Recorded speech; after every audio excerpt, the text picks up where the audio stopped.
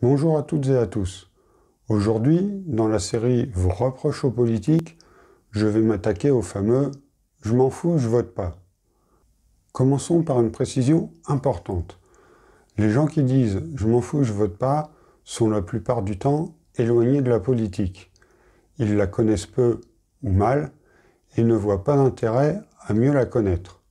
À l'inverse, il y a des gens qui s'intéressent à la politique mais qui s'abstiennent justement parce qu'ils n'aiment pas ce qu'ils voient. Ceux-là ne votent donc pas, mais ils sont loin de s'en foutre. Quand je distribue des tracts dans la rue, ou tout simplement quand il y a une discussion politique, il y a toujours une personne pour te sortir « je m'en fous, je vote pas ».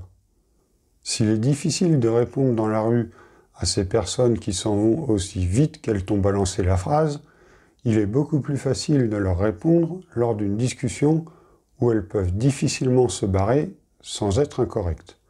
Et la meilleure façon de leur répondre, sans passer pour un casse-pied, c'est de marquer le coup en les prenant à leur propre jeu. Démonstration. Ah, tu t'en fous, tu votes pas. Bah dans ce cas-là, ça va pas te déranger si le gouvernement augmente tes impôts de 20%, puisque de toute façon, tu votes pas.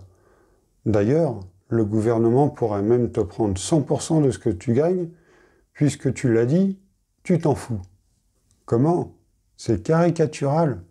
Ah non, pas plus que de dire je m'en fous, je vote pas, mais vu que tu n'as pas l'air de bien comprendre, je vais te donner un autre exemple. Imaginons, le gouvernement décide de privatiser totalement la sécurité sociale.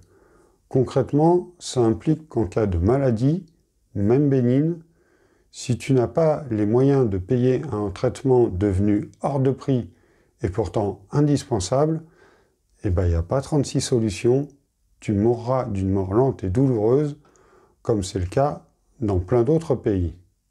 Bon, alors là, j'ai volontairement pris l'exemple le plus extrême, pour bien marquer le coup. Mais c'est vrai que cet exemple peut malheureusement ne pas faire partie des choses possibles dans la tête de certaines personnes. Alors que dans la pratique, ça peut très bien être traité comme n'importe quelle réforme législative. Si vous souhaitez être moins radical, parlez-leur, par exemple, de l'âge de départ à la retraite ou de la suppression des congés payés. C'est moins grave, mais ça peut être beaucoup plus parlant pour certaines personnes. Bref, une fois que vous avez répondu au « je m'en fous, je vote pas », vous avez 3 réactions possibles en retour. Si la personne a dit ça par facilité, latitude ou inconscience politique, elle reconnaîtra que oui, effectivement, ce serait bien d'aller voter de temps en temps. Ces personnes sont des abstentionnistes opportunistes, c'est-à-dire qu'elles ne vont voter que si elles n'ont rien de trouvé de mieux à faire. Ce sont les abstentionnistes les moins éloignés du bureau de vote. Deuxième possibilité, la personne est plus profondément enfoncée dans l'abstention. Elle n'a entendu parler de politique que sous des aspects négatifs.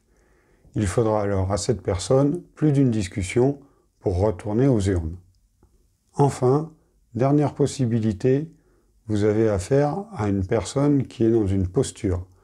Dans ce cas-là, pas la peine de discuter, consacrez-vous à autre chose. Voilà, c'était ma dernière vidéo sur la série des reproches aux politiques. Merci pour votre abonnement et pour le pouce en l'air. Si vous avez raté les précédentes vidéos, cliquez sur celle qui vient de s'afficher. Sur ce, je vous dis à bientôt pour de nouvelles vidéos. Ciao!